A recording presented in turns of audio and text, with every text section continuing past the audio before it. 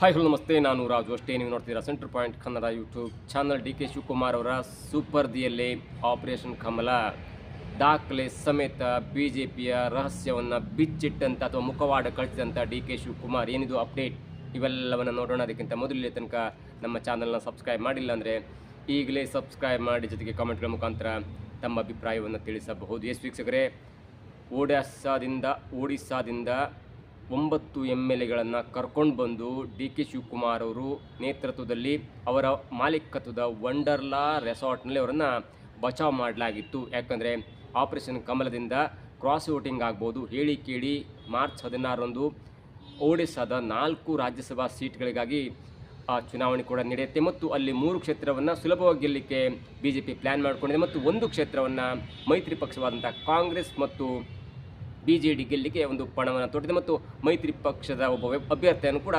ನಾಮಪತ್ರವನ್ನು ಸಲ್ಲಿಸಿದೆ. ಇದರ ನಡುವೆ 4ನೇ ಅಭ್ಯರ್ಥಿ ಕೂಡ ಗೆಲ್ಲಬಾರದು ಎನ್ನುವಂಥ ಹಠಕ್ಕೆ ಬಿದ್ದಿರುವಂಥ, ಅಂದರೆ ಈ ಕಾಂಗ್ರೆಸ್ ಮತ್ತು BJDಯ ಒಬ್ಬ ಅಭ್ಯರ್ಥಿ ಕೂಡ ಗೆಲ್ಲಬಾರದು ಎನ್ನುವಂಥ ಒಂದು ಪಣವನ್ನು ತೊಟ್ಟಿರುವಂಥ BJP ಕಾಂಗ್ರೆಸ್ ಮತ್ತು BJDಯ ಕೆಲವೊಂದು MLAಗಳನ್ನು ಆಪರೇಷನ್ ಕಮಲದ ಮುಖಾಂತರ ಕ್ರಾಸ್ ವೋಟಿಂಗ್ ಮಾಡಿಸುವಂಥ ಒಂದು ಪ್ರಯತ್ನಕ್ಕೆ ಕೈ ಹಾಕ್ತಿದೆ ಮತ್ತು ಅವರಿಗೆ ಬೇಕಾದಂಥ ಆಫರ್ ಕೊಡ್ತಿದೆ ಎನ್ನುವಂಥ ಒಂದು ಹಿನ್ನೆಲೆಯಲ್ಲಿ ಇದೀಗ ತಮ್ಮ MLAಗಳನ್ನು ಬಚಾವ್ ಮಾಡಿಕೊಳ್ಳಲಿಕ್ಕೆ, ತಮ್ಮ MLAಗಳನ್ನು ಸುರಕ್ಷಿತವಾಗಿ ಇಟ್ಕೊಳ್ಳಿಕ್ಕೆ ಡಿ ಕೆ ಶಿವಕುಮಾರ್ ಅವರ ತಂಡ ಒಡಿಸ್ಸಾದ 8 MLAಗಳನ್ನು ಡಿ ಕೆ ಶಿವಕುಮಾರ್ ಅವರ ಮಾಲೀಕತ್ವದ ವಂಡರ್ಲಾ ರೆಸಾರ್ಟ್ನಲ್ಲಿ, ರಾಮನಗರದಲ್ಲಿರುವಂಥ ವಂಡರ್ಲಾ ರೆಸಾರ್ಟ್ನಲ್ಲಿ ಇದೀಗ ಅವರನ್ನು ಬಚಾವ್ ಮಾಡಿಟ್ಕೊಂಡಿದೆ. ಆದರೂ ಕೂಡ BJPಯ ನಾಯಕರು, ಅಂದರೆ BJPಯ ಒಡಿಸ್ಸಾ ನಾಯಕರು ರಾಮನಗರಕ್ಕೆ ಬಂದು ಆ ರೆಸಾರ್ಟ್ನಲ್ಲಿ ರೂಮ್ ಬುಕ್ ಮಾಡಿ, ಆನ್ಲೈನ್ ಮುಖಾಂತರ ರೂಮ್ ಬುಕ್ ಮಾಡಿ, ಜೊತೆಗೆ ಸುರೇಶ್ ಎನ್ನುವಂಥ ಒಬ್ಬ ಲೋಕಲ್ ವ್ಯಕ್ತಿಯ ಮುಖಾಂತರ ಈ MLAಗಳನ್ನು ಸಂಪರ್ಕ ಮಾಡಿ ಅಲ್ಲಿದ್ದಂಥ, ಅಂದರೆ ಆ ರೆಸಾರ್ಟ್ನಲ್ಲಿ ಅಷ್ಟು 8 ಜನ MLAಗಳಿದ್ದರು. 4 ಜನ MLAಗಳು ಹೊರಗೆ ಬಂದು ಇದೀಗ AICC ಅಧ್ಯಕ್ಷರಾದಂಥ ಮಲ್ಲಿಕಾರ್ಜುನ್ ಖರ್ಗೆ ಅವ್ರನ್ನ ಮೀಟ್ ಮಾಡಿ ಕೆಲವೊಂದು ಮಾತುಕತೆ ನಡೆಸುವಂಥ ಹಂತದಲ್ಲಿ ಅವರು ಬೆಂಗಳೂರಿಗೆ ಬಂದಿದ್ದರು. ಆದರೆ ಅಲ್ಲಿದ್ದಂಥ 4 MLAಗಳನ್ನು ಸಂಪರ್ಕ ಮಾಡಿ ಅಲ್ಲೂ ಕೂಡ, ಅಂದರೆ ರೆಸಾರ್ಟ್ನಲ್ಲಿ ಕೂಡ ಹಾಕಿದಂಥ ಅಥವಾ ರಕ್ಷಿಸಲ್ಪಟ್ಟಂಥ ಆ MLAಗಳನ್ನು ಈ ಒಡಿಸ್ಸಾದ ಕೆಲವೊಬ್ಬರ ನಾಯಕರು, ಅಂದರೆ 4 ಜನ ಬಂದಿದ್ದರು. ಆದರೆ 2 ಇದೀಗ ಅಲ್ಲಿ ಸಿಕ್ಕಾಕೊಂಡು ಬಿದ್ದು ಪೊಲೀಸರ ವಶದಲ್ಲಿದ್ದಾರೆ ಮತ್ತು ಅವರು ಕೊಟ್ಟಂಥ ಚೆಕ್ ಇದೀಗ ದೊಡ್ಡ ಚರ್ಚೆಗೆ ಗ್ರಾಸವಾಗಿದೆ. ಮತ್ತು ಡಿ ಕೆ ಶಿವಕುಮಾರ್ ಅವರು ಹೇಳ್ತಾ ಇದ್ದಾರೆ, ನಾವು ನಮ್ಮ ಅಭ್ಯರ್ಥಿಗಳನ್ನು ರಕ್ಷಣೆ ಮಾಡುವ ಸಲುವಾಗಿ ಅಥವಾ ಕ್ರಾಸ್ ವೋಟಿಂಗ್ ಮಾಡಬಾರ್ದು ಅಥವಾ ಆಪರೇಷನ್ ಕಮಲದಿಂದ ಬಚಾವ್ ಮಾಡಬೇಕೆಂಬ ಉದ್ದೇಶದಿಂದ 8 MLAಗಳನ್ನು ರಾಮನಗರದ ರೆಸಾರ್ಟ್ನಲ್ಲಿ ಬಂದು ಕೂಡ ಹಾಕಿದ್ವಿ ಅಥವಾ ಅವ್ರನ್ನ ಅಲ್ಲಿ ಇಟ್ಟಿದ್ವಿ. ಆದರೂ ಕೂಡ ಅಲ್ಲಿಗೆ ಬಂದು ಆಪರೇಷನ್ ಕಮಲ ಮಾಡುವ ಮತ್ತು ಮುಖಾಂತರ BJP ತನ್ನ ಹಳೆಯ ಚಾಳಿಯನ್ನು ಮುಂದುವರಿಸಿದೆ ಮತ್ತು ಬಂದಂಥ 4 ವ್ಯಕ್ತಿಗಳಲ್ಲಿ 2 ಪರಾರಿಯಾಗಿದ್ದರೆ, 2 ಇದೀಗ ಪೊಲೀಸರು ವಶಕ್ಕೆ ಪಡ್ಕೊಂಡಿದ್ದಾರೆ. ಅವರು ಒಬ್ಬೊಬ್ಬ MLAಗಳಿಗೆ 5 ಕೋಟಿ ಆಫರ್ ನೀಡಿದ್ರು ಎನ್ನುವಂಥ ಒಂದು ಸತ್ಯ ಸಂಗತಿಯನ್ನು ಚೆಕ್ ಸಮೇತ ಅವರು ಬ್ಲ್ಯಾಂಕ್ ಚೆಕ್ಕನ್ನು ಕೊಟ್ಟಿದ್ರು ಆ MLAಗಳಿಗೆ.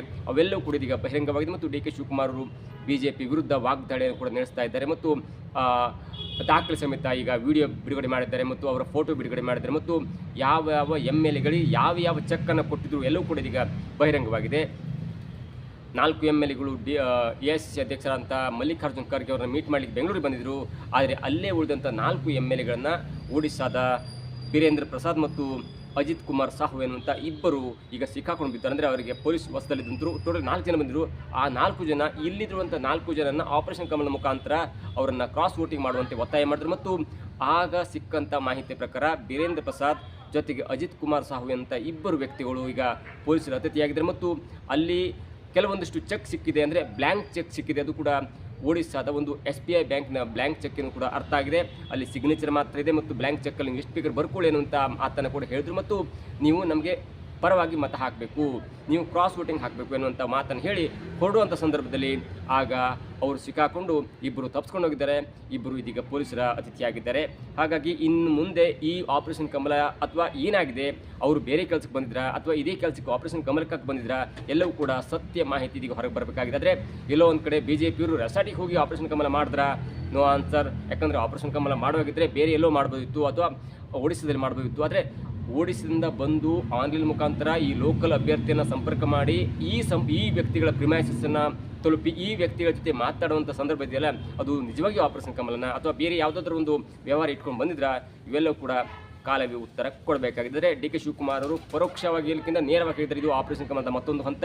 ನಾವು ನಮ್ಮ MLAಗಳ ರಕ್ಷಣೆ ಮಾಡ್ಕೊಂಡಿದ್ರು ಕೂಡ ನಮ್ಮ MLAಗಳು ಇರುವಂಥ ಜಾಗಕ್ಕೆ ಬಂದು ನೇರವಾಗಿ ಇವರಿಗೆ ಆಶೆ ಕೊಡ್ತಾರೆ, ಆಮಿಷವನ್ನು ತೋರಿಸ್ತಾರೆ ಅಂತ ವಾಗ್ದಾಳಿ ಕೂಡ ಮಾಡಿದ್ದಾರೆ. ಮತ್ತು ಇದು ಈ ಲೆಟರ್ಗಳು, ಈ ಮಾತುಕತೆ ಡೀಟೇಲ್ಸು ಮತ್ತು ಈ ಚೆಕ್ಗಳೆಲ್ಲವೂ ಕೂಡ ನಾವು ಹೈಕಮಾಂಡಿಗೆ ರಿಪೋರ್ಟ್ ಮಾಡ್ತೀವಿ, ಅವರು ಮುಂದೆ ಹೋರಾಟವನ್ನು ಮಾಡಬಹುದು ಎನ್ನುವಂಥ ಒಂದು ಆತ್ಮವಿಶ್ವಾಸದ ಮಾತನ್ನು ಕೂಡ ಹೇಳಿದ್ದಾರೆ. ಇನ್ನು ನಾವು ಒಡಿಸ್ಸಾದ ವಿಷಯಕ್ಕೆ ಬರೋದಾದರೆ ಒಡಿಸ್ಸಾದಲ್ಲಿ 10 ರಾಜ್ಯಸಭಾ ಸೀಟ್ಗಳಿವೆ. ಅಂದರೆ ಒಡಿಸ್ಸಾದಿಂದ ಆಯ್ಕೆಯಾಗಿ ರಾಜ್ಯಸಭೆಗೆ ಹೋಗುವಂಥ ಸೀಟ್ಗಳ ಸಂಖ್ಯೆ 10. ಆದರೆ ಈ 10 ಸಂಖ್ಯೆಗಳಲ್ಲಿ ಇದೀಗ 4 ಕ್ಷೇತ್ರಕ್ಕೆ ಚುನಾವಣೆ ನಡೆಯುತ್ತೆ. ಅಂದರೆ ಅವರು 4 ಸದಸ್ಯರ ಅವಧಿ ಮುಗಿದಿದೆ, ಹಾಗಾಗಿ ಹೊಸ ಸದಸ್ಯರು ಆಯ್ಕೆಯಾಗಬೇಕಾಗುತ್ತೆ. ಇನ್ನು ಒಡಿಸ್ಸಾದ ವಿಧಾನಸಭಾ ಕ್ಷೇತ್ರದ ಒಂದು ಸ್ಟ್ರೆಂತನ್ನು ಅಥವಾ ಅಸೆಂಬ್ಲಿಯ ಸ್ಟ್ರೆಂತನ್ನು ನೋಡ್ತಿದ್ರೆ ಅಲ್ಲಿ 147 ಕ್ಷೇತ್ರಗಳಿವೆ. ಆ ಕ್ಷೇತ್ರದಲ್ಲಿ ಇದೀಗ ಹಳೆಯ ಮೈತ್ರಿಯನ್ನು ಮುರ್ಕೊಂಡು ಬಿ ಜೆ ಪಿ ಜೊತೆ ಹೊರಗೆ ಬಂದಿದೆ. ಮತ್ತು ಈ ಬಿ ಜೆ ಡಿಯ ಮನೆತನದ ಪ್ರಾಬಲ್ಯವನ್ನು BJP 2021ರ ಚುನಾವಣೆಯಲ್ಲಿ ಮಕಾಡೆ ಮಲಗಿಸಿದ್ದು. ಅಲ್ಲಿ ತನಕ 20-25 ವರ್ಷ ಮುಖ್ಯಮಂತ್ರಿ ಆಗಿರುವಂಥ ಬಿ ಜೆ ಡಿಯ ಬಿಜು ಪಟ್ನಾಯಕ್ ಅವರ ಒಂದು ಪ್ರಾಬಲ್ಯವನ್ನು ಮೆಟ್ಟಿ ನಿಂತು ಸ್ವತಂತ್ರ ಬಲದಿಂದ BJP ತನ್ನ ಅಧಿಕಾರವನ್ನು ಸ್ಥಾಪನೆ ಮಾಡಿತು. ಅಲ್ಲಿ 28 ಸಂಖ್ಯಾಬಲದೊಂದಿಗೆ ಇದೀಗ BJP ಆಡಳಿತದಲ್ಲಿದೆ. BJD 51 ಕ್ಷೇತ್ರವನ್ನು ಗೆದ್ದಿದೆ ಮತ್ತು ಕಾಂಗ್ರೆಸ್ 14 ಕ್ಷೇತ್ರವನ್ನು ಗೆದ್ದಿದೆ. ಹೀಗಾಗಿ BJP ಸುಲಭವಾಗಿ 3 ಗೆಲ್ಲುತ್ತೆ. ಓಕೆ, 3 ರಾಜ್ಯಸಭೆ ಸೀಟ್ ಗೆಲ್ಲಿಕ್ಕೆ ಅವರ ಹತ್ರ ಸ್ಟ್ರೆಂತ್ ಇದೆ. ಇನ್ನು BJD ಮತ್ತು ಕಾಂಗ್ರೆಸ್ ಮೈತ್ರಿ ಪಕ್ಷದಿಂದ 1 ಸೀಟನ್ನು ಗೆಲ್ಲಬಹುದು ಎನ್ನುವಂಥ ಲೆಕ್ಕಾಚಾರ ಇದೆ. ಹಾಗಾಗಿ ಈ 1 ಸೀಟು ಕೂಡ ಗೆಲ್ಲಬಾರ್ದು ಅಂತ ದೃಷ್ಟಿಯಿಂದ ಕೆಲವೊಬ್ಬ ವ್ಯಕ್ತಿಗಳನ್ನ BJDಯಿಂದ ಕ್ರಾಸ್ ವೋಟಿಂಗ್ಸು, ಕೆಲವು ಕಾಂಗ್ರೆಸ್ MLAಗಳನ್ನು ಕ್ರಾಸ್ ವೋಟಿಂಗ್ ಮಾಡಿ ಆ ಒಬ್ಬ ವ್ಯಕ್ತಿಯೂ ಕೂಡ ಗೆಲ್ಲಬಾರ್ದು ಎನ್ನುವಂಥ ದೃಷ್ಟಿಯಲ್ಲಿ ಇದೀಗ BJP ಮಾಸ್ಟರ್ ಪ್ಲ್ಯಾನ್ನ ಕೂಡ ಹಾಕೊಂಡಿದೆ. ಇವತ್ತು ಚುನಾವಣೆ ಕೂಡ ಘೋಷಣೆ ಆಗುತ್ತೆ. ಅಷ್ಟರೊಳಗಾಗಿ ಏನಾಗುತ್ತೆ ಎಲ್ಲವೂ ಆದರೆ ಇವತ್ತು ನಮ್ಮ ಪಂಚರಾಜ್ಯಗಳ ಚುನಾವಣೆ ಕೂಡ ಘೋಷಣೆ ಆಗುತ್ತೆ.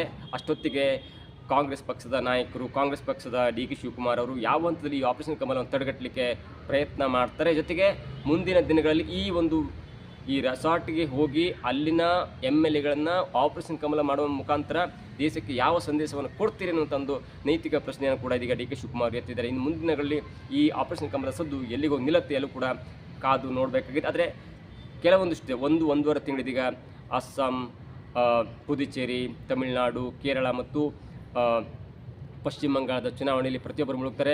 ಅಲ್ಲಿ ಯಾವ್ಯಾವ ಆಪರೇಷನ್ ಕಮಲ ಆಗುತ್ತೆ, ಯಾವ್ಯಾವ ಆಪರೇಷನ್ ಹಸ್ತ ಆಗುತ್ತೆ, ಯಾವ ಆಪರೇಷನ್ TMC ಆಗುತ್ತೆ, ಯಾವ್ಯಾವ ಆಪರೇಷನ್ DMK ಅಥವಾ AIDMK ಆಗುತ್ತೆ, ಎಲ್ಲೂ ಕೂಡ ಕಾದು ನೋಡಬೇಕಾಗಿದೆ. ಇನ್ನು ಪೊಲಿಟಿಕಲ್ ಡೆವಲಪ್ಮೆಂಟ್ ಅಂತ ಹೋದರೆ 1.5 ತಿಂಗಳಲ್ಲಿ ನಮ್ಮ ದೇಶದಲ್ಲಿ ಬೇರೆ ಬೇರೆ ತರಹದ ಪೊಲಿಟಿಕಲ್ ಡೆವಲಪ್ಮೆಂಟ್ ಕೂಡ ಆಗುತ್ತೆ. ಅದರಲ್ಲೂ ತಮಿಳುನಾಡಲ್ಲಿ ದೊಡ್ಡ ಪೊಲಿಟಿಕಲ್ ಡೆವಲಪ್ಮೆಂಟ್ ಆಗುತ್ತೆ. ಅಲ್ಲಿ 3 ಪಾರ್ಟಿಗಳು ಸ್ಟ್ರಾಂಗ್ ಆಗಿ ನಿಂತಿವೆ. DMK, AIDMK ಮತ್ತು TVK ಪಕ್ಷ 3 ಸಮಬಲದ ಹೋರಾಟವನ್ನು ನೀಡುತ್ತಾ ಅಥವಾ ಯಾವ ಪಕ್ಷದ ಜೊತೆ ಮೈತ್ರಿ ಮಾಡುತ್ತೆ ಎಲ್ಲೂ ಕೂಡ ಕಾದು ನೋಡಬೇಕಾಗಿದೆ. ಆದರೆ ಸದ್ಯದ ಮಟ್ಟಿಗೆ DK ಶಿವಕುಮಾರ್ ಅವರು ಸಿಡಿಸಿದಂಥ ಈ 5 ಕೋಟಿಯ ಚೆಕ್ ಇದೆಯಲ್ಲ, ಪ್ರತಿಯೊಬ್ಬ MLAಗಳಿಗೂ 5 ಕೋಟಿಯ ಆಪರೇಷನ್ ಕಮಲದ ಆಮಿಷನ್ನು ಹೊಡೆದಿರುವಂಥ ಚರ್ಚೆ ಇದೀಗ ದೊಡ್ಡ ಸದ್ದು ಮಾಡುವಂಥ ಎಲ್ಲ ಸಾಧ್ಯತೆ ಕೂಡ ಇದೆ. ಇದಾಗಿತ್ತು ಇವತ್ತಿನ ವಿಶೇಷ. ನೋಡ್ತಾರೆ centre point Kannada YouTube channel.